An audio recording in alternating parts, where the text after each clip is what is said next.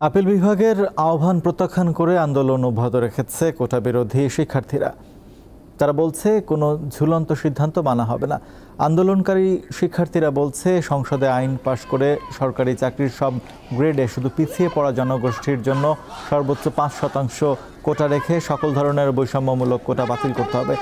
এ দাবি নির্বাহী বিভাগ থেকে যতক্ষণ পূরণ করা না হবে ততক্ষণ আন্দোলন চলবে। দাবি আদায়ে শিক্ষার্থীরা রাজধানীর শাহবাগ, বাংলা মোটর, চাংখারপুল, পল্টন ও গুলিস্তান 0 পয়েন্ট, সায়েন্স ল্যাবরেটরি মোড় এবং ঢাকা রিচা মহাসড়ক সহ দেশের গুরুত্বপূর্ণ সড়ক মহাসড়ক অবরোধ করেছে শিক্ষার্থীরা। এতে ভোগান্তিতে পড়েছেন অসংখ্য মানুষ।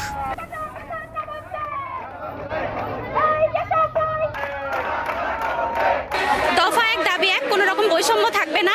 মেধার ভিত্তিতে, যোগ্যতার ভিত্তিতে সবাই যার যার অবস্থানে থাকবে। এই দাবি আদায় না হওয়া পর্যন্ত আমরা এখান থেকে আন্দোলন থেকে যাব না। মিছিল দিয়েছি, বিক্ষোভ করেছি, এটা আমরা দেখিয়েছি, কিন্তু সরকার এরপর আমাদের কথা না মানার ফলে আজকে আমাদের ব্লকেটে যাওয়া লেগেছে।